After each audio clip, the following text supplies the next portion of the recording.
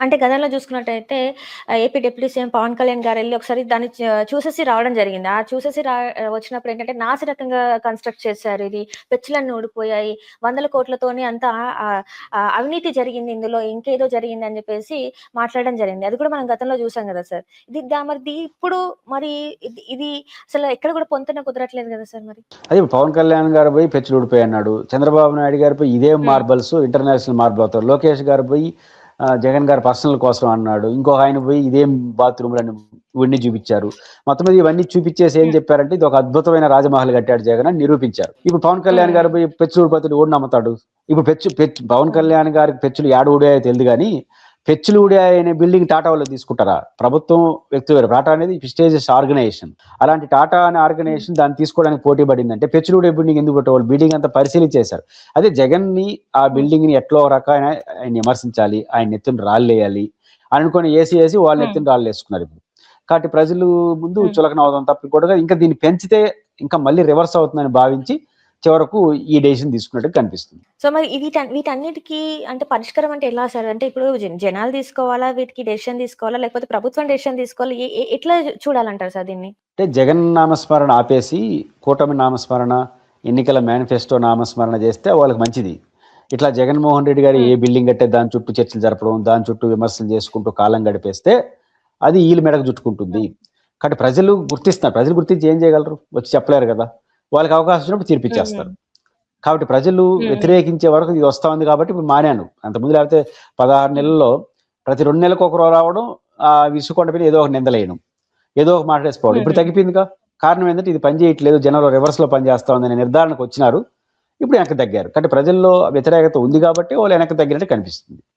అంటే జగన్మోహన్ రెడ్డి గారు ఒక ప్రెస్ మీట్ పెట్టి దానికి సంబంధించిన ప్రూఫ్స్ అన్ని పెట్టి మాట్లాడితే ఇంతవరకు ఎవరు కూడా దాని మీద స్పందించింది లేదు. దానికి కౌంటర్‌గా వాళ్ళు ఒక ప్రెస్ మీట్ పెట్టి మాట్లాడింది లేదు.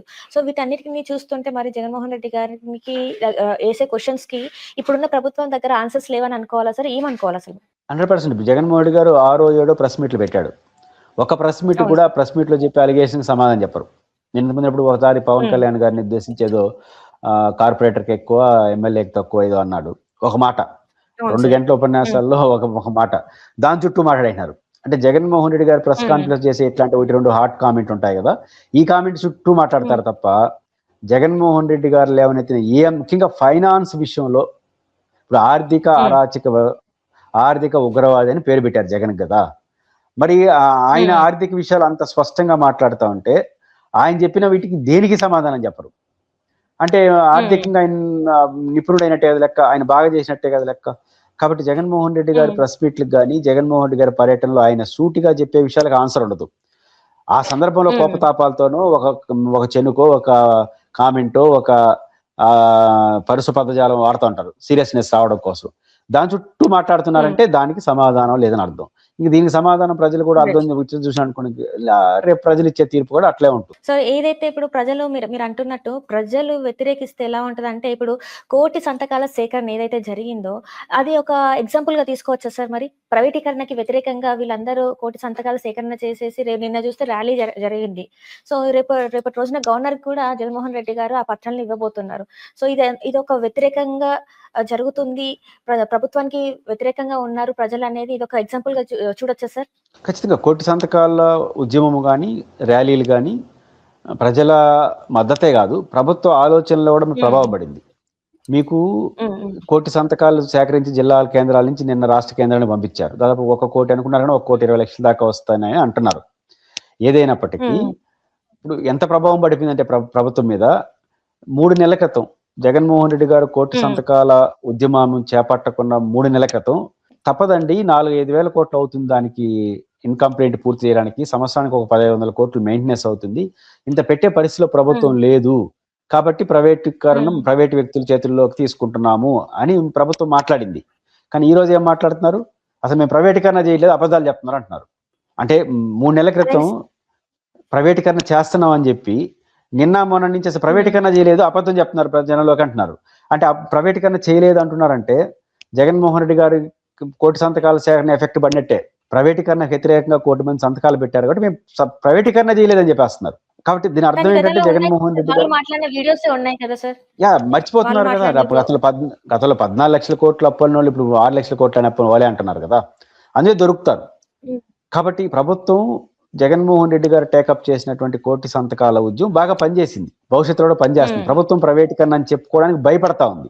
ప్రైవేటీకరణకు హ్మ్. హ్మ్. వ్యతిరేకంగా ఇంతమంది సంతకాలు సేకరించారు కాబట్టి ఇది ప్రజాభిప్రాయంగా మారితే రాజకీయంగా నష్టం ఉంది కాబట్టి మేము ప్రైవేటీకరణే చేయట్లేదు. చేస్తుంది ప్రైవేటీకరణే, కానీ ప్రైవేటీకరణ చేయలేదని హ్మ్. మాట్లాడేస్తున్నారు. అంటే అంత బాగా హ్మ్. హ్మ్. ఆ కోటి సంతకాల ఉద్యమం పనిచేసిందనే దానికి ఇది ఒక ఉదాహరణ. హ్మ్. అంటే దీని మీదనే గూడా జగన్మోహన్ రెడ్డి గారు స్పందిస్తూ ప్రైవేటీకరణ అని చెప్తూ ప్రభుత్వంతోని జీతాలు ఇప్పించడం ఏంటి? దీన్ని అసలు ప్రైవేటీకరణ అంటారా? ఏమంటారు? అసలు దీన్ని ఎలా చూడాలని కూడా జగన్మోహన్ రెడ్డి గారు మాట్లాడినవైన. దానికి కూడా కనీసం ఇప్పుడున్న ప్రభుత్వం ఆన్సర్ చెప్పలేకపోయింది సార్. మరి దీన్ని ఎలా చూడాలంటారు సార్? అంటే వాళ్ళు ప్రైవేటీకరణ అంటే మేము యాడ్ చేస్తున్నాం. 3 పీలు కదా, పబ్లిక్, ప్రైవేట్, పార్ట్నర్‌షిప్. దీంట్లో పబ్లిక్ అంటే హ్మ్. ప్రభుత్వం కదా. ప్రభుత్వం కూడా ఉంటుంది. హ్మ్. ప్రైవేట్ వాళ్ళని జస్ట్ ఆహ్వానిస్తూ ఉంటున్నారు. అది అబద్ధ హ్మ్. ప్రచారం.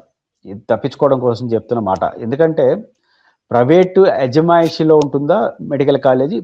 గవర్నమెంట్ అజమాయిషీలో ఉంటుందనే ప్రశ్న. కాబట్టి ప్రైవేట్ హ్మ్. హ్మ్. అజమాయిషీలోకెళ్తే వాళ్ళదే నడుస్తుంది.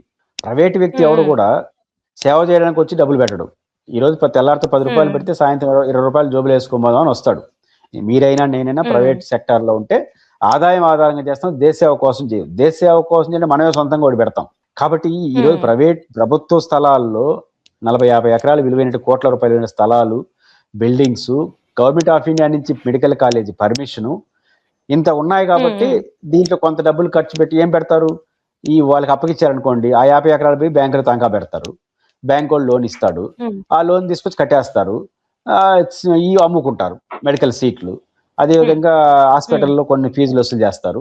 ఆదాయాన్ని సంపాదించుకుంటారు. హ్మ్. కాబట్టి ఆదాయాన్ని హ్మ్. సంపాదించుకోవడానికి వచ్చేవాడు ఉచితంగా ఎందుకు చేస్తాడు? కాబట్టి ప్రైవేటీకరణ చేస్తున్నారు.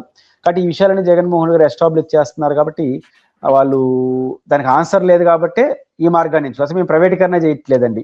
మీరు ప్రైవేటీకరణ హ్మ్. చేస్తే హ్మ్. కదా మీరు చెప్పేదని దబాయించేదో అని ఉంటారు. రేపు జీవోలన్నీ వచ్చి ప్రారంభమైన తర్వాత ప్రజలకు అర్థమవుతుంది. రైట్. అంటే ఇంకొక అంశం గూడా తెరపైకొచ్చింది సార్. ఏదైతే ఇప్పుడు ఒక సర్వే జరిగింది. ఐఐటీయన్స్ సర్వే ఏదైతే చేశారో దానివల్ల కేవలం ఇప్పటికిప్పుడు ఎన్నికలు జరిగితే ఆంధ్రప్రదేశ్‌లో కేవలం 31 సీట్లకే తెలుగుదేశం పార్టీ అంటే కూటమి ప్రభుత్వం అంకితం అయిపోతుంది అని జెప్పేసి ఆ సర్వేలో వెల్లడించడం జరిగింది.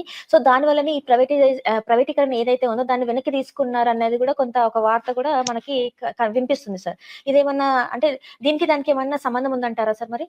అంటే ఈ సర్వే ఒక 2 సర్వేలొచ్చాయి. ఆ సర్వేల్లో హ్మ్. ప్రధానంగా ఇప్పటికిప్పుడు ఎన్నికలు జరిగితే అనే పాయింట్ కన్నా, వివిధ సెక్షన్‌లో హ్మ్. ఎంతమంది సంతృప్తిగా ఉండారు, ఎంతమంది అసంతృప్తిగా ఉండారనేది ఇచ్చింది. ఎమ్మెల్యేల పట్ల హ్మ్. ఎంత పర్సెంటేజ్ ఆఫ్ పీపుల్ ఎంత పర్సెంటేజ్ సంతృప్తిలో ఉండారో, వ్యతిరేకత ఉన్నారని వచ్చింది.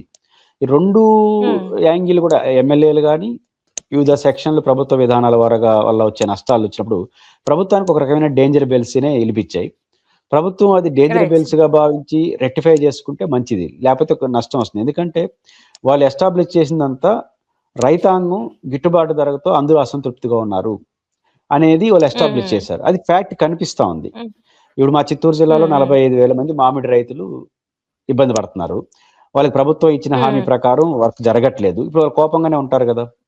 అదేవిధంగా వాణిజ్య హ్మ్. పంటలైనటువంటి ఉల్లి గాని, టమోటా గాని, లేకపోతే మన అరటి గాని, పొగాకు, మిర్చి అన్ని రకాల వాణిజ్య పంటలు మార్కెట్ రేట్ ధరలు పడిపోయినాయి. గిట్టుబాటు ధర పడిపోయినాయి.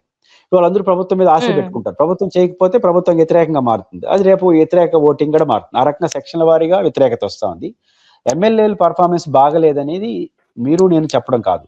స్వయంగా ముఖ్యమంత్రి గారే హ్మ్. అనేక సందర్భాల్లో ఇట్లే ఉన్నారంటే ఇదే చివరి ఎమ్మెల్యే అవుతారు మీరు అన్నాడు. నంబర్ ఆఫ్ బైట్స్ హ్మ్. చూడండి. ఫస్ట్ టైమ్ ఎమ్మెల్యే, హ్మ్. లాస్ట్ టైమ్ ఎమ్మెల్యే అయిపోతారు మీరు అన్నాడు. కొన్ని పత్రికలు ముఖ్యంగా హ్మ్. తెలుగుదేశంకి అనుకూలంగా ఉన్న హ్మ్. రోజు ఒక ఎమ్మెల్యే మీద అవినీతి ఆరోపణలు చేస్తా ఉంది. అంటే ముఖ్యమంత్రి కొన్ని వాళ్ళకి అనుకూలంగా పత్రికలు ఎమ్మెల్యేల పట్ల బాగలేదంటే ఫ్యాక్ట్ ఎలా ఉంటుంది? ఇంకా ఘోరంగా ఉంటుంది. అందువల్ల మెజారిటీ ఎమ్మెల్యేలు ఇట్లా పరిస్థితి వచ్చేసారని అవుతుంది. కాబట్టి ఈ ధోరణి మార్చుకోకపోతే ఇదే నిజమైతే ఈరోజు ఎన్నికలు పెట్టినా, రేపు ఎన్నికలు పెట్టినా వైసీపీ గెలుస్తుంది. అంటే రైట్. ప్రభుత్వం మార్చుకోకపోతే ఇంకా 3.5 సంవత్సరం ఉంది కాబట్టి ఈ డేంజర్ బిల్స్ హ్మ్. ఉన్నాయి. మన ఎమ్మెల్యేల పనితీరు బాగలేదు. సెక్షన్ల వారీగా అసంతృప్తి ఉందని గుర్తించి ఎమ్మెల్యేలను సరిదిద్దుకొని, వినకపోతే కలెక్టర్లకి, ఎస్పీలకి ఆదేశించి కఠినమైన చర్యలు తీసుకొని ఆహ్, వివిధ తరగతుల ప్రజలు ఎందుకు వ్యతిరేకిస్తున్నారో వాళ్ళకి న్యాయం చేసే ప్రయత్నం చేస్తే సరిదిద్దుకునే ఛాన్స్ ఉంది. Danger bells cum golden chance. రెండు ఉన్నాయి ఈ సర్వే ద్వారా. రైట్. డేంజర్ బెల్స్ ని అర్థం చేసుకుంటే అది గోల్డెన్ ఛాన్స్ అవుతుంది. మీరు ఎట్లే పోతే అది డేంజర్ గానే మిగిలిపోతుంది. హలో, తెలుగు రాజ్యం ఛానల్ చూస్తున్నారా? సామాజిక, రాజకీయ, జీవన చిత్రణే తెలుగు రాజ్యం. అతిశయోక్తులు, అసత్యాలు ఉండవు. రాజకీయ కోణం కాదు, ప్రజా కోణమే కొలబద్ద. తెలుగు రాజ్యం వీక్షణ మీ ఉత్తమ అభిరుచికి నిదర్శనం.